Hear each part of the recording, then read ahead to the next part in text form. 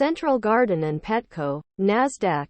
Cent. Stock fell 10.03%, as on November 21, 9:33 p.m. Coordinated Universal Time -4. Source: Google Finance, after the company reported fiscal fourth quarter results that beat analysts' expectations. The company expects increased promotional activity in the garden segment and plans to be competitive in driving foot traffic.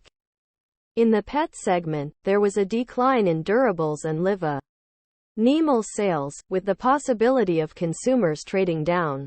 The company expects stable point of sale (POS) trends, with the impact of total distribution points (TDP) growth expected to be seen in the spring. The company also mentioned their recent acquisition in the pet treats business, which fits well with their dog and cat platform. The company believes the valuation of potential acquisitions has become more realistic and is optimistic about their M&A pipeline. Central Garden and Pet has exited the distribution of third-party vendor items to independent garden nurseries, reducing complexity and eliminating a marginally profitable business. The company will continue to distribute their branded products through a national distributor, BFG Supply, to the independent channel.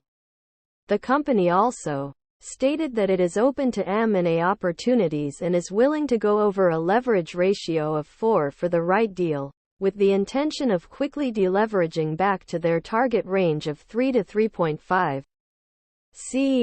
CENT in the fourth quarter of FY23 has reported the adjusted earnings per share of 10 cents, beating the analysts' estimates for the adjusted earnings per share of 8 cents, according to the Zacks consensus estimate. The company had reported the adjusted revenue growth of 6% to $750.15 million in the fourth quarter of FY23, beating the analysts' estimates for revenue by 2.51%.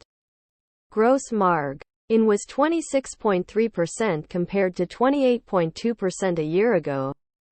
On a non-GAAP basis, gross margin was 26.6%. The decrease was due to inflation and lower volumes resulting in unfavorable overhead absorption, partially offset by improved pricing and productivity efforts. Operating income was $9 million compared to $13 million in the prior year. On a non-GAAP basis, operating income was $12 million. Operating margin was 1.2% compared to 1.8% in the prior year. On a non-GAAP basis, operating margin was 1.6%. Net income was $2.8 million compared to a net loss of $2 million in the prior year quarter.